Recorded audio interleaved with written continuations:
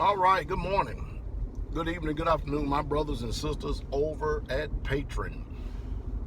Well, if you're watching this video right here, you're looking at the first installment to Marriage Series. All right, the first installment to Marriage Series, and I hope that some way, somehow, that I can help men to be men based on my experience, and women to be women, and husbands to be husbands, and his shies to be his shies.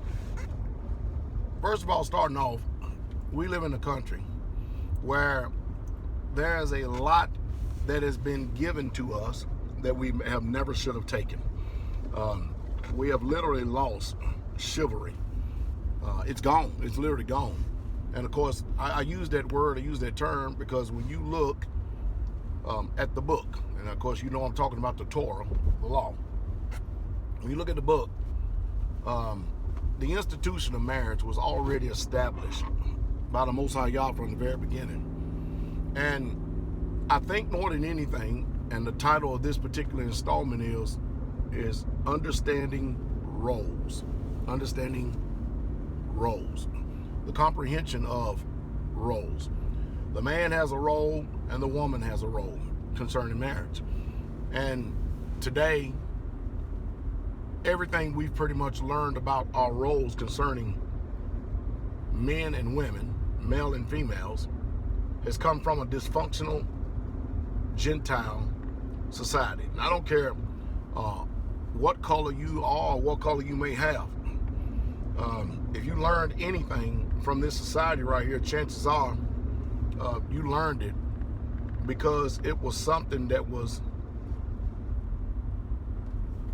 crammed down, passed down your throat. You got to understand, the melanated folks who came over here in slave ships and was in slavery, after about 3 or 4 generations, all our culture and everything about our culture, it's gone. So that means we've learned everything from our European counterparts. And with that, you've got to look at this particular society right here. This society being monogamous, and then of course you see what happens when someone is in a monogamous society.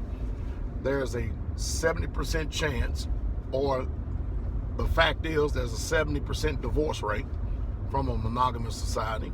And also from a monogamous society, feminism has its rise, and its rise is very strong.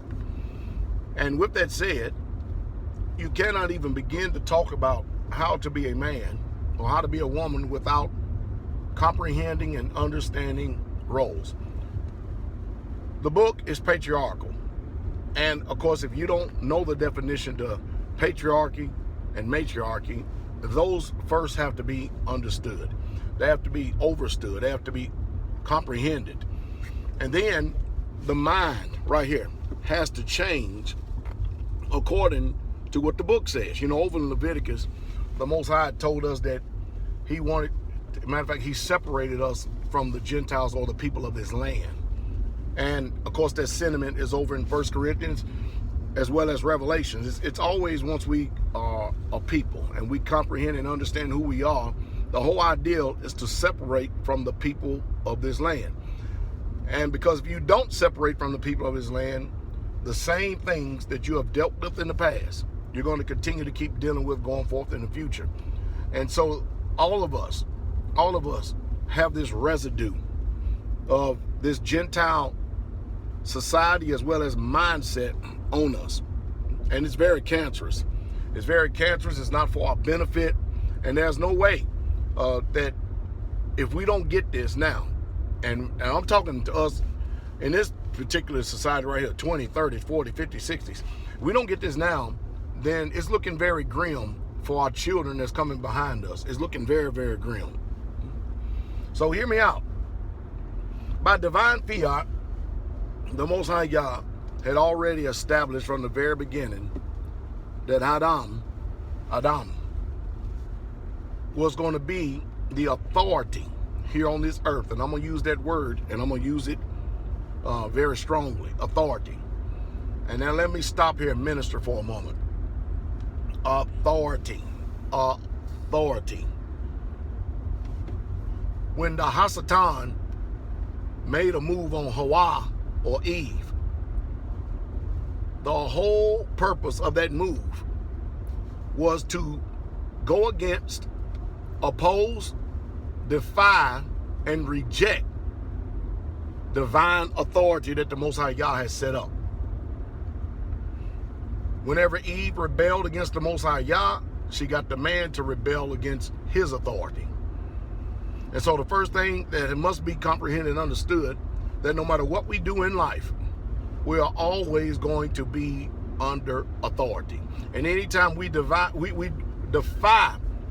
divine authority, like most of us have learned how to do, because, you know, this society, again, it gives us the illusion that we are somehow free people. Well, first of all, number one, ain't none of us free. We're all up under the authority, and we all are servants. And if you don't know what the word servant means, that means you are a slave. You are literally a slave to something. And your freedom, my freedom, your liberty, my liberty, it only comes within the parameters of what that book says. Because personally, listen to me, and I'm going to get common here for a second. I don't give a damn about who you thought you were or who you think you are or whatever the hell you have done in your life or whatever the hell you've amassed in your head, thinking you're some type of dynamo person, be you male or female, you know, you're puffed up in your head because you're educated or you've always had a strong mind or you've done this and done that. All that means nothing. It means nothing. What means everything is being sanctified, being set apart, and following the rules, the guidelines, the laws, statutes, and commandments, and us being transformed, meaning that we have to be renewed, meaning we have to be changed, meaning we have to do a 100% complete turnabout of the whole entire person. That means in mind, body, and soul. And the reason why marriages have so much trouble, even after conversion, is because either one or both parties refuse to transform their mind to what the true and living Elohim says. Sorry, but we all got to change. Every one of us, and nobody is exempt. Nobody is exempt. We all must change, and nobody is exempt. So you can't keep your mindset, your same mindset that you had in the world, and then bring it over into this divine walk that the Most High Yah has chosen us for, and think you can alter, manipulate, and change Yah's program, be you male or female. Man, the only way you're ever going to understand and comprehend what it means or how a woman is supposed to function today is based on your relationship with the Father and how much you submit to Him. You see, because when you're in authority, you're under authority. And I think one of the biggest downfalls that we have today is unconverted men. Men are full of pride. And they want the woman to do exactly what they say to do, when they say do it, the way they want it done, and pronto. But at the same time, they don't submit themselves. I'm going to say this again, put emphasis on this. At the same time, they do not submit themselves to that same level of respect, that same level of submission to the Most High Yah. Man, you first have got to be a good wife yourself to the Most High before you can even think about even taking on a wife. Because if you don't, you're going to mess up her life. You're going to mess up, your life is already a mess. And a wife is supposed to be a possession and a pillar of strength to you. And the Apocrypha even says that whenever a man gets a wife, makes no difference if she's good or bad, you actually got a wife based on the way that you are, period, point blank. And that's paraphrasing. So we all need to take a good, long look in the mirror. And men, you, number one, as authority, do not expect more out of your Ishaya than you are not capable of producing yourself. If you're living it, it's easy for her to see it and to follow. But if you're not, she is going to repulse and rebel and kick against divine fiat because it's already in her, because she's the weaker vessel. And Satan is going to put thoughts in her mind. And women, you got to understand this today. The man is in authority, regardless of what this world says. The man is in authority. And men today are becoming totally intolerant of a woman that will loosely run her mouth. Let me quote you something in the word. The Bible says that a fool uttereth all of its mind. Just because you feel something and just because something comes up in your mind, that does not mean that you need to utter it and give life to it. I'm going to say it again. That does not mean you need to utter it and give life to it. Because if you utter it and you give life to it, it's going out. And everything that you do today, when you put something out there, you need, everybody comprehends this.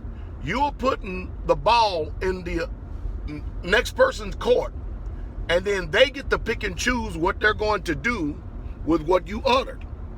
And sometimes people have gone so far and have uttered so much foolishness that the other person, especially one in authority, have literally just said, you know what? I'm tired of this game. I'm simply picking up my ball and I'm going home. See, these are business decisions going forth, because the whole entire union of husband and wife has to do with property rights and inheritance. And the man, first and foremost, have got to be under authority of the Most High Yah, to where the woman does not feel like that she's being ruled because of fear. Fear. Love is not this romance like everybody has done try to cram down our throats in this society right here. It's a total different perspective, lifestyle, and ideal. Hope I said something to start you off to stimulate thought. We'll be back.